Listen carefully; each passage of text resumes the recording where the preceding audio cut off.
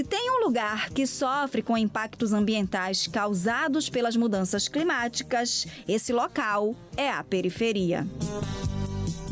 Na Amazônia, um problema agravado pelo crescimento desordenado e acelerado. As periferias da Amazônia, elas têm uma série de especificidades. Um primeiro ponto importante é que essas periferias, elas têm um crescimento muito maior do que a média nacional, né? Então, essas periferias também são compostas por uma diversidade étnica muito grande. De alguma forma também mantém o elo, né, entre essa Amazônia dos rios e das florestas e a Amazônia urbana. O rápido crescimento, a fragilidade das infraestruturas, né, o baixo desempenho de indicadores socioeconômicos e esse recorte racializado são fatores de agravamento à exposição a eventos extremos. Nos últimos anos a gente teve secas, né? Mas a gente também teve episódios muito intensos de chuva, e aí tudo isso torna urgente mesmo, né? A necessidade de que hajam medidas que consigam diminuir o estresse que essas populações estão expostas, né?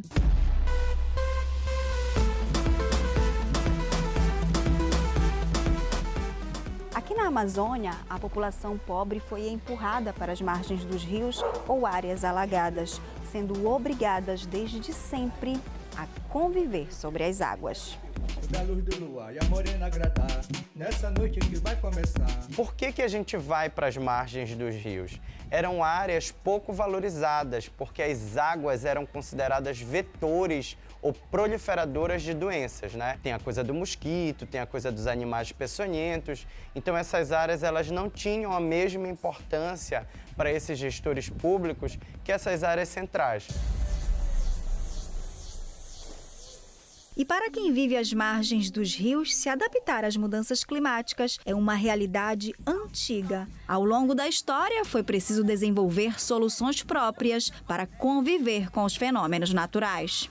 Eu costumo dizer que as populações periféricas elas já sabem e já fazem resiliência e adaptação climática. É inevitável, a gente lida com lixo, com alagamento, com falta de saneamento básico há muito tempo, ainda que agora a COP chegue e traga esse debate para mais perto das pessoas, né? Nós potencializamos as nossas próprias demandas e também trazemos soluções para esses problemas, né? Porque quando o Estado falha, as populações elas têm duas opções: ou elas amargam essa ausência, ou elas agem em prol dos seus próprios grupos sociais. E é nesse local que a população desenvolve de forma autossuficiente soluções que podem ser fortalecidas por políticas públicas. A forma de construção das casas, as atividades que são desenvolvidas são, né, moldadas nesse conhecimento que essas pessoas têm sobre o território, né? Então, por isso que quando a gente pensa em políticas públicas de adaptação, essas estratégias de adaptação,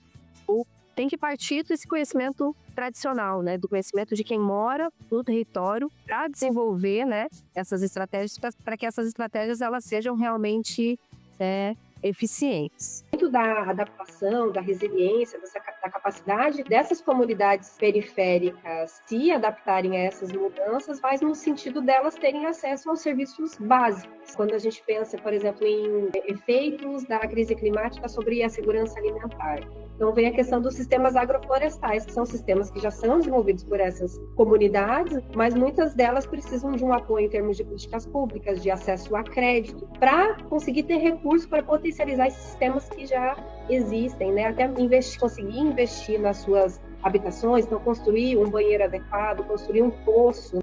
Não tem como falar de justiça climática nem defesa de território sem incluir as periferias. Iniciativas como a Cojovem reforçam a importância de colocar quem mais sofre com as mudanças climáticas no centro do debate. As zonas periféricas elas ficam mais afastadas dos centros urbanos e, consequentemente, infelizmente, né, ficam às vezes fora desses holofotes dos debates que envolvem crise climática. Há 4 anos o Cojovem ele constrói pesquisas que justamente consigam atingir atravessar essas pessoas para que a gente possa coletar dados substanciais que possam ajudar na construção de políticas públicas que sejam factíveis, que sejam compatíveis com a realidade dessas pessoas. A solução para enfrentar as mudanças climáticas está no pensamento coletivo e na vivência de quem enfrenta diariamente esse problema. Os teóricos ingleses dizem que o futuro ele é coparticipativo.